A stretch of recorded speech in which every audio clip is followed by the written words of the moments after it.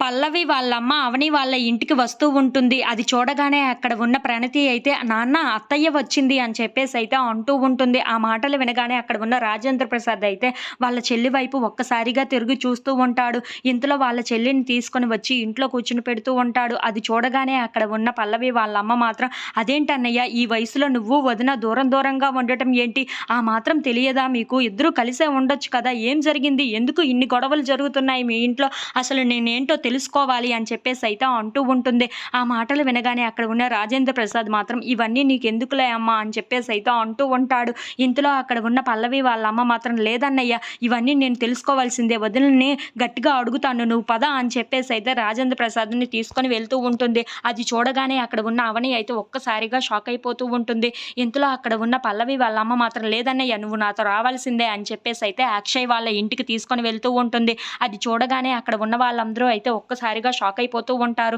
ఇంతలో అక్కడ ఉన్న పార్వతి మాత్రం, "మీ అన్నయ్యని నువ్వు ఇలా వెంటబెట్టి తీసుకొని వచ్చావు అంటే, నువ్వు ఏదో గొడవ పడడానికే వచ్చినట్లుగా నాకు అర్థమవుతుంది. అసలు ఏంటి సంగతి" అని చెప్పేసయితే అడుగుతూ ఉంటుంది. ఆ మాటలు వినగానే అక్కడ ఉన్న పల్లవి వాళ్ళ అమ్మ మాత్రం, "ఏంటి వదిన నువ్వు చేస్తుంది? నువ్వు ఎప్పటిలాగా లేవు. నువ్వు చాలా మారిపోయావు. నీ మాట తీరు మారింది. అసలు నీ గుణమే మారిపోయినట్లుగా అనిపిస్తుంది నాకు" అని చెప్పేసయితే అంటూ ఉంటుంది.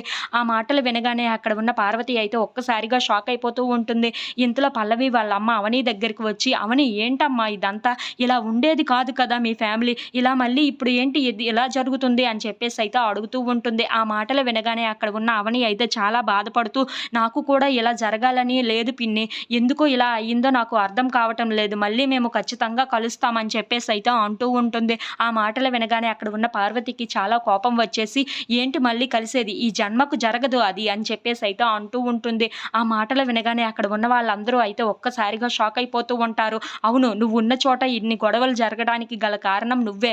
నువ్వున్న చోట మేము ఉండడానికి కుదరదు" అని చెప్పేసయితే గట్టిగా వార్నింగ్ ఇచ్చేసి వాళ్ళని వెళ్ళిపోమంటూ ఉంటుంది. ఆ మాటలు వినగానే అక్కడ ఉన్న పల్లవి వాళ్ళ అమ్మ అయితే అవని దగ్గరికి వచ్చి, "ఏంటమ్మా అవని ఇలా జరుగుతుంది ఏంటి? ఏం చెయ్యాలనుకుంటున్నావు నువ్వు" అని చెప్పేసయితే అడుగుతూ ఉంటుంది. ఆ మాటలు వినగానే అక్కడ ఉన్న అవని మాత్రం, "వీళ్ళందరినీ కరిపే బాధ్యత నాది" అని వాళ్ళ పిన్నికి మాట ఇస్తూ ఉంటుంది.